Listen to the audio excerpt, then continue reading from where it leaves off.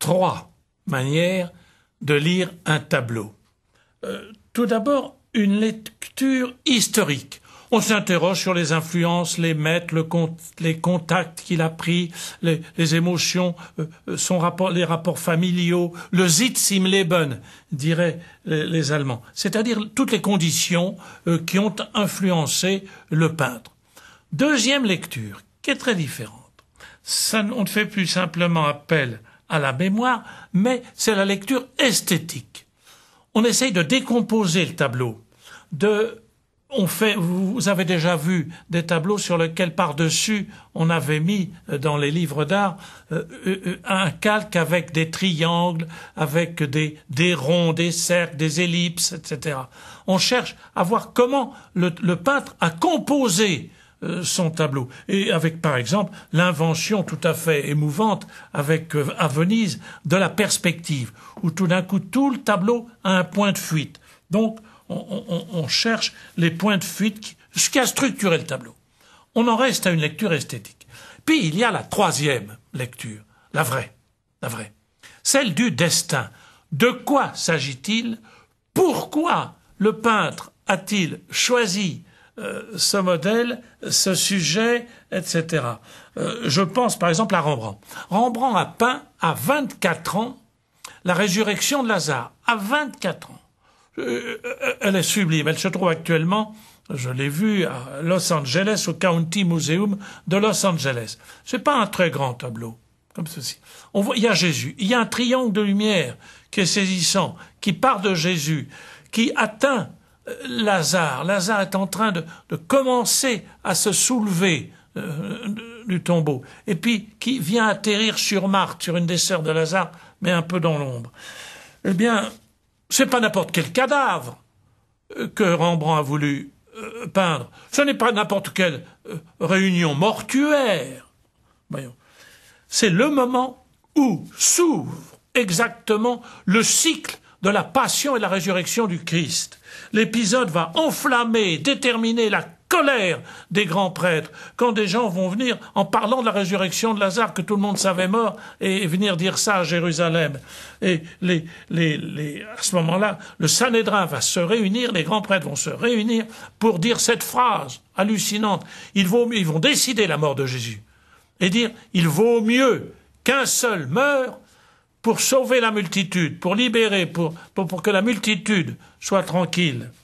À ce moment-là, seulement l'œuvre livre son secret. Le destin, Rembrandt n'avait pas choisi ça par hasard. Il avait parfaitement compris que c'était le moment où s'enclenchait le drame de la passion et de la rencontre de Jésus, Fils de Dieu, avec la mort, annonçant lui-même son propre sacrifice. Aujourd'hui, je vais réfléchir avec vous sur l'épopée d'un des maîtres de toute la peinture moderne. Il a vécu il y a 2 siècles, il a habité Madrid, et j'intitulerai simplement « Sur les rives du Manzanares ». Oh, il est passé un peu pour fou. Ses peintures sont quelquefois géniales, mais d'une angoisse, d'une audace, quand il peint la cour royale d'Espagne avec des visages plus ou moins agressifs ou plaisants. Bon, le titre, je le garde, « Sur les rives du Manzanares ». Reprenons la remarque. Oui, revenons et reprenons la remarque que nous avons faite sur les 3 niveaux de lecture de toute peinture. Ce tableau, sur lequel je vais m'arrêter, porte un titre banal. Il a été peint par Goya dans la Quinta del Sordo, c'est-à-dire la maison du sourd, à 75 ans. Goya est resté pendant 5 ans là, souffrant vraiment de la surdité. C'est vraiment un des plus grands visionnaires de la peinture, l'un des plus grands illuminés de l'histoire mondiale, sûrement un des peintres, des maîtres, des sourciers, des points de départ de la peinture moderne. Avant de partir pour Bordeaux, où il mourra, en terminant par un tableau assez doux, qui n'a rien à voir avec ceux que je vais évoquer, avec les 14 peintures de la Quinta del Sordo. C'est une belle jardinière qui ressemble, on est à la limite d'une annonciation. On ne sait pas si c'est simplement sa dernière peinture. Mais ici, il est en plein drame. On découvre, si je puis dire, dans ces 14 tableaux, l'histoire à venir, les 150 ans à venir de l'histoire européenne, à travers ces drames qu'il évoque. Où vous connaissez, vous les avez en tête, Saturne dévorant son fils, Chronos, le temps, se dévorant lui-même, ou bien ces processions de mendiants, de moines dépenaillés, de vieilles grimaçantes, de sabbats. Ce sont les titres, les vieilles, le sabbat, les moines, etc. On est pris. Ça n'est pas sur ces grands tableaux qui sont les plus connus. Je vais m'arrêter sur un tableau qui est presque pas connu, ou sur auquel on fait très peu attention. Les catalogues lui donnent d'ailleurs un titre banal. Lutte à coups de bâton, ou bien rixe entre deux paysans. Un titre banal. Pourtant, il s'agit de l'une des images les plus violentes, les plus saisissantes de la condition humaine. Si j'avais à résumer tout le drame des guerres, plus de 150 guerres ou affrontements qui ont eu lieu depuis simplement 1945, je ne garderai que ce tableau. Il y montre deux hommes dont l'un se protège le visage en levant le bras. Les visages et les corps sont déjà ensanglantés. Chacun tient dans sa main un gros gourdin noueux pour se protéger. Le soleil est à peine, on ne le voit pas, mais on ne sait pas si on est avant ou après un orage. Entre ces deux paysans un peu échauffés, ça pourrait être qu'une scène banale qui arrive tout le temps, qui arrive souvent, hélas. Mais on ne remarque pas forcément et on passe devant et l'anecdote nous apparaît simplement, un tableau de genre, une bataille entre deux paysans.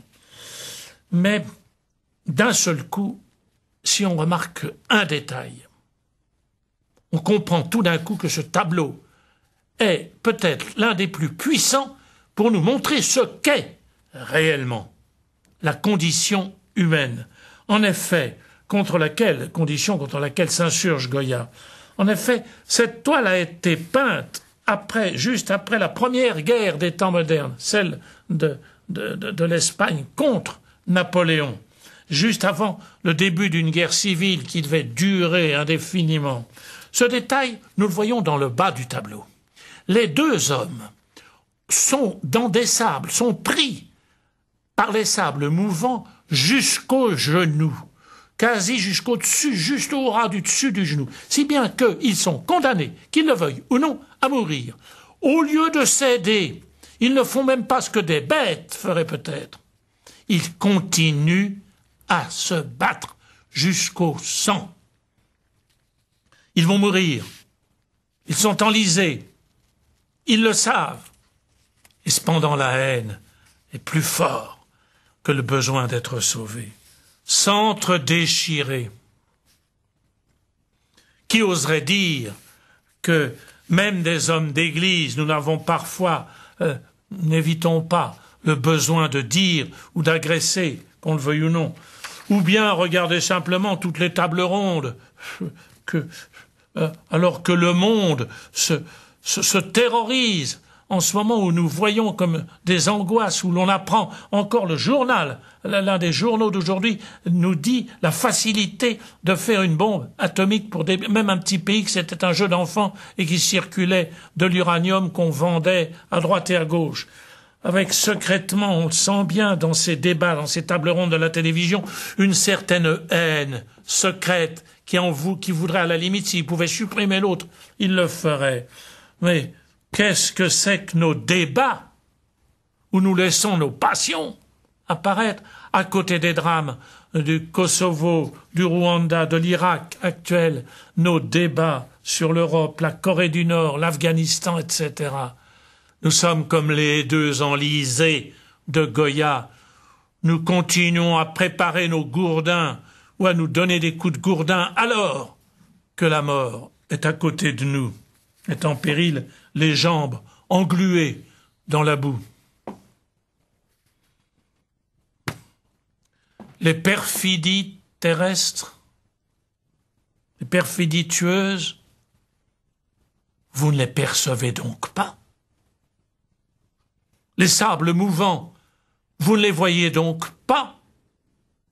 Est-il encore temps de se disputer à coups de gourdin, de mêler Dieu à nos haines souterraines quand il y va du salut?